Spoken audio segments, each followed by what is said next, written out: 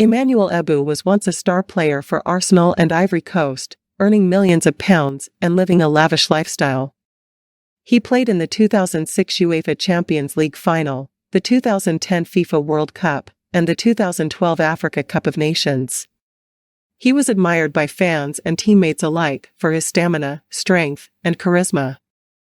However, behind the scenes, Eboué was facing a series of personal and professional challenges that would eventually lead to his downfall.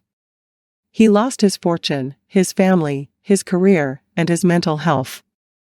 He became homeless, suicidal, and isolated from the world. How did this happen?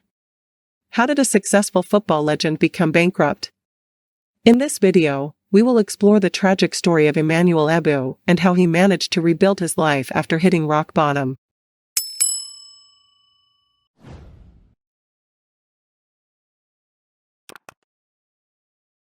Eboué's troubles began in 2011, when he left Arsenal to join Turkish club Galatasaray.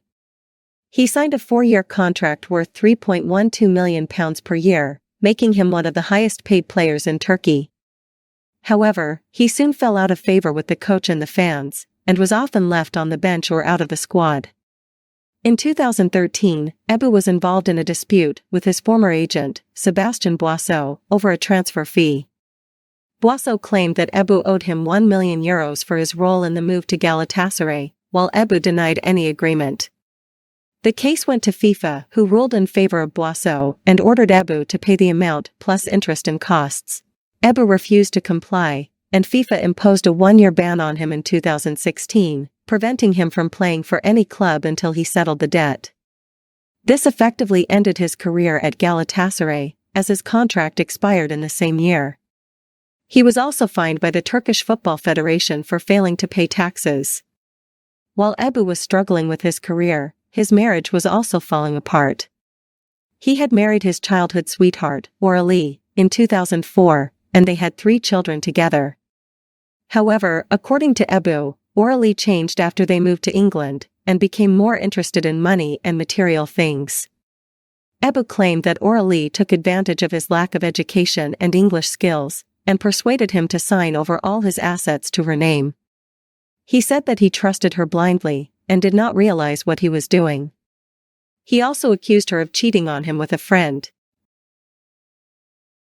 The divorce between Emmanuel Eboué and his ex-wife, Aurélie, was a result of a complex situation.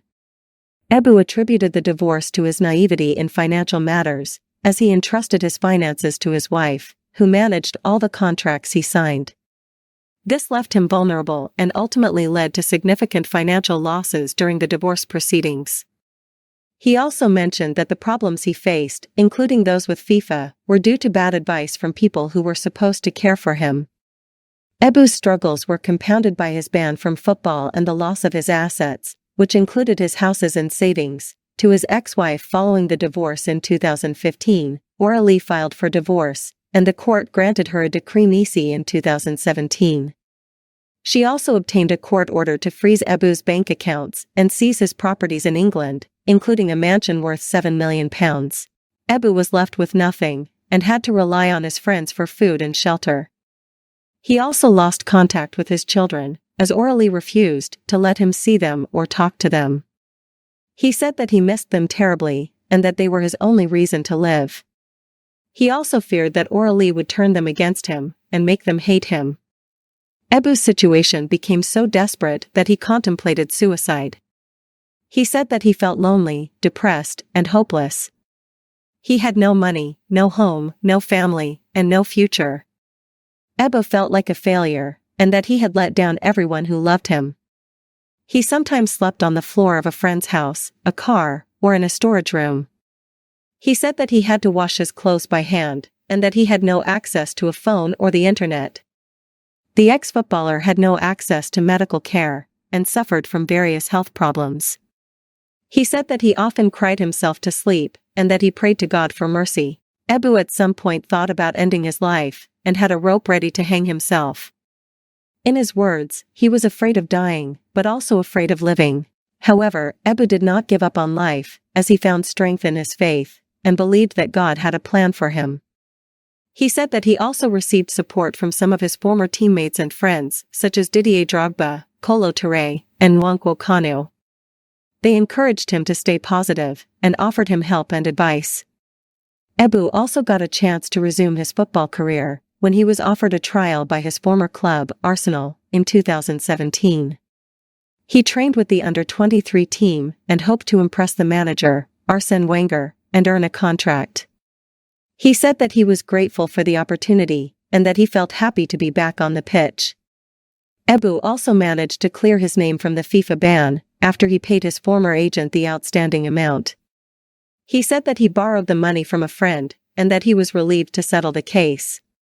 He said that he hoped to find a new club and play professional football again. He also started to rebuild his finances, and his legal team appealed the court order that gave his ex-wife all his assets. He said that he hoped to get a fair settlement and that he wanted to regain his dignity and independence. He also said that he wants to help other footballers who might face similar problems and share his story and his lessons. Emmanuel Eboué is a remarkable example of how a successful football legend became bankrupt, but also how he overcame his challenges and made a comeback. He faced a series of hardships that would have broken many people, but he showed resilience, courage, and faith. Thankfully, the tides have turned for him as he has since remarried his childhood love, Stephanie Bud, and has taken steps to rebuild his life. Now, he dedicates his time to nurturing future talents at a football academy he owns and runs in his home country. Let us know in the comments section what you think about Eboué's tragic story. And that wraps up the video for today, guys. We hope you enjoyed it. Make sure to subscribe to Insight.tv, leave a thumbs up, and of course, share the video. Until the next time, see you in the next video.